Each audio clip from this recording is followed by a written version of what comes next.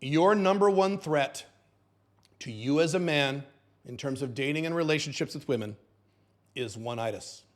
If you don't know what oneitis is, that is the condition where you focus completely, mentally and in your actions on one woman, ignoring all the other possible women, and or you go out of your way to do things that make you less happy to keep her or to not lose her once you're actually having sex with her, dating her, or married to her, or whatever.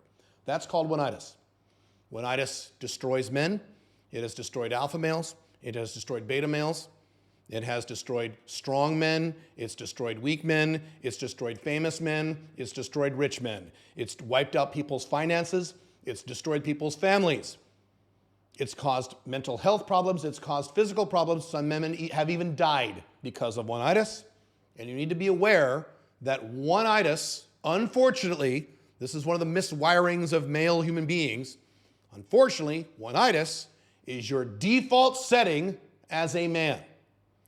That is your default setting. So when you meet a new woman and she's really hot to you and her personality is amazing to you and you have sex and the sex is amazing to you, your default setting, if you're not paying attention, and 95% of men don't pay attention to this, is oneitis. You will suddenly fall in love with her, in quotes. You'll suddenly want to get serious. You'll suddenly want to get monogamous. You'll want to make her your girlfriend, or you'll want to get married or have kids, or say, oh my God, my pain is over. I won't be lonely anymore. Oh my God, this is great. And then you will get needy and territorial and jealous.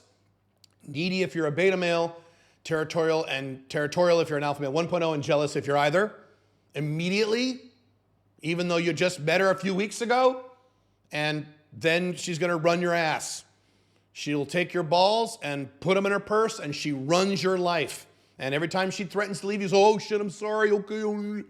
Even if you're an alpha male 1.0. And let me state that for the record, I've said this many times. Alpha male 1.0s not only get oneitis, because some guys say, well, that's just for beta males. Oh, no. Beta males have oneitis all the time. Alpha male 1.0s get oneitis, hardcore. And when they get oneitis, they don't get it as often as beta males, that's true. But they get it. And when they get it, it's even worse with alpha male 1.0s because they're not accustomed to it. So when the oneitis hits an alpha male 1.0, it just slaps him in the face because he hasn't felt it before or many years. Hardcore. I come out of the pickup artist world, and those fucking guys were alpha males, and when they got oneitis, it was awful. It was way worse than a beta. So being an alpha male 1.0 does not protect you from oneitis. It doesn't. So you need to be aware, number one, that this is your default setting as a man. This is automatic unless you pay attention to it. Okay, now there's two pieces to this. Let me look at my notes here. Two aspects you need to fully understand regarding what oneitis is and what it isn't. And this is an overall thing for life. This is something that people forget, especially in the modern era where people have become hyper-irrational in the collapsing Western world. Your emotions, where do they come from? They come from you. Do all emotions come from you, or do some emotions come from other people? Trick question. They all come from you. You're like, well, wait a minute. No, that's not true. No, I was with a girl once and we were dating, we were monogamous, and she cheated on me, and I got mad because I didn't get mad because of me. I got mad because she fucking cheated. She promised me, and she said she wouldn't, and she cheated on me, and that she made me mad. No, you made you mad. A friend of mine, long time ago, when I was doing a lot more public speaking, he had this statement. He would say, we always say to people, you make me so mad. We never say to people, you make me nice. So if it's a negative attribute, we assign that to other people doing that to us. When it's positive, it comes from us. Wrong. It all comes from us. So if you're mad because it's coming from within you. No, it's not. She promised. I don't care what she promised.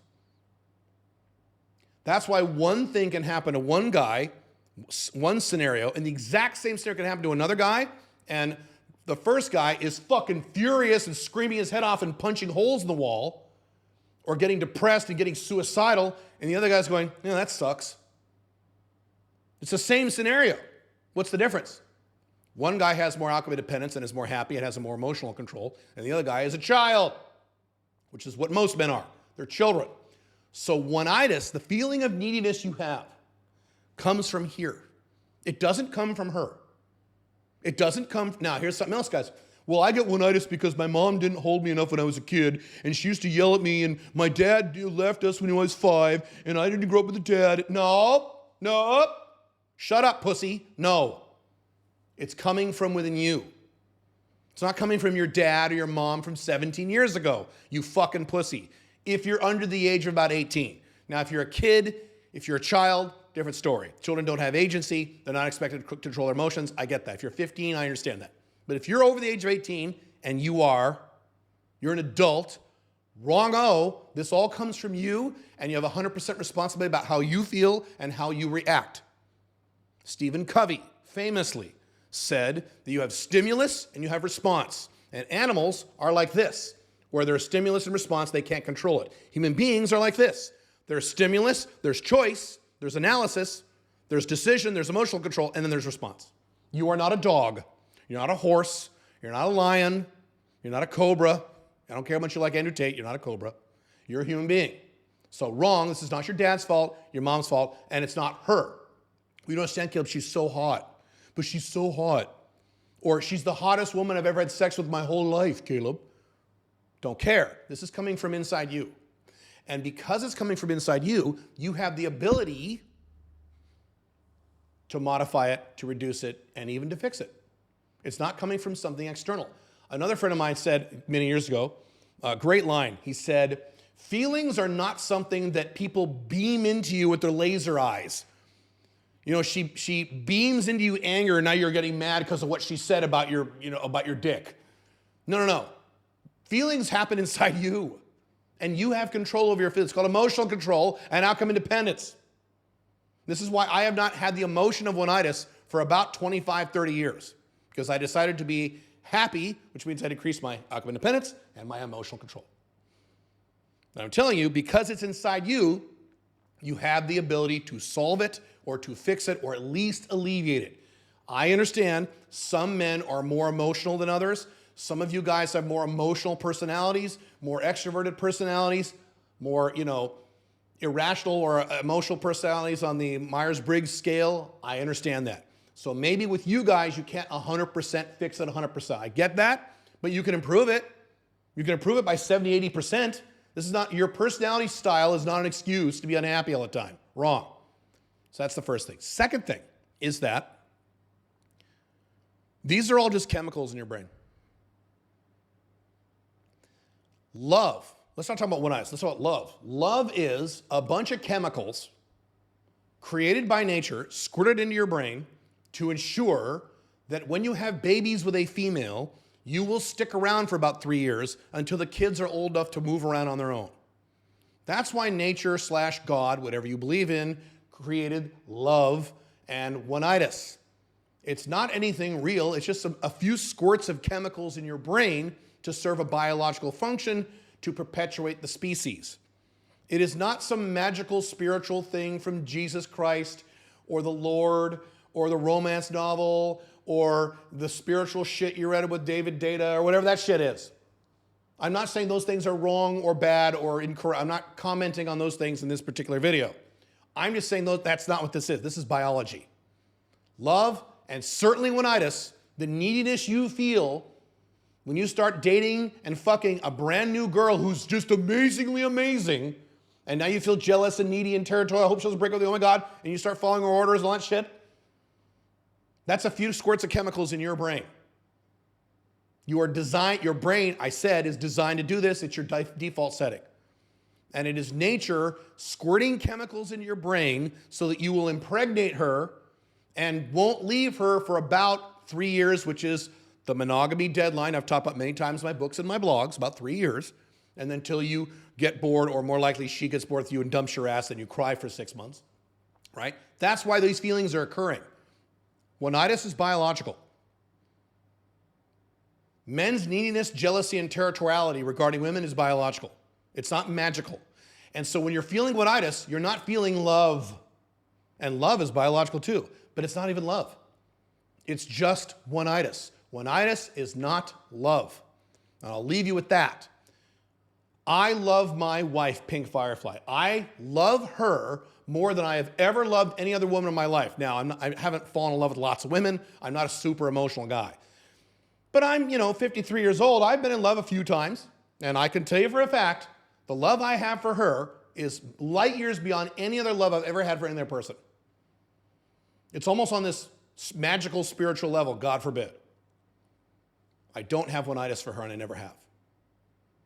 If she gives me drama, if she demands monogamy, if she does something if she says you need to spend 40 hours a week with me and stop working so hard, anything that violates with my mission or violates who I am as a man, she'll be out the door within 48 hours. I already sent her back to the United States once for 2 years for giving me a little drama because I don't have one-itis. You can love without one-itis. Does that take time? Yes. It takes time to evolve to that level because, again, you're wired to get one-itis for anyone you like or even love. But it is possible to love without one-itis. I haven't had one-itis for anybody since I was a young beta male in my mid-20s, 25 plus years ago. And it's nice. Living a life without, living a life without one-itis is awesome. The ability to be with a woman, date a woman, have sex with a woman over and over again, have a long-term relationship with a woman, FB, MLTR, OLTR, be in love with a woman, settle down with the woman, marry a woman, even have kids with the woman, that ability, and to never get one-itis, to know that you love her 100%, but she has no control over you because you can kick her out of your house whenever you need to, it's awesome. Now, I don't want to overstate this. If I had to kick Pink Firefly out of my life, would I be sad? Yes, of course I would. Of course. But I would. The difference between me and most of you is I would do it.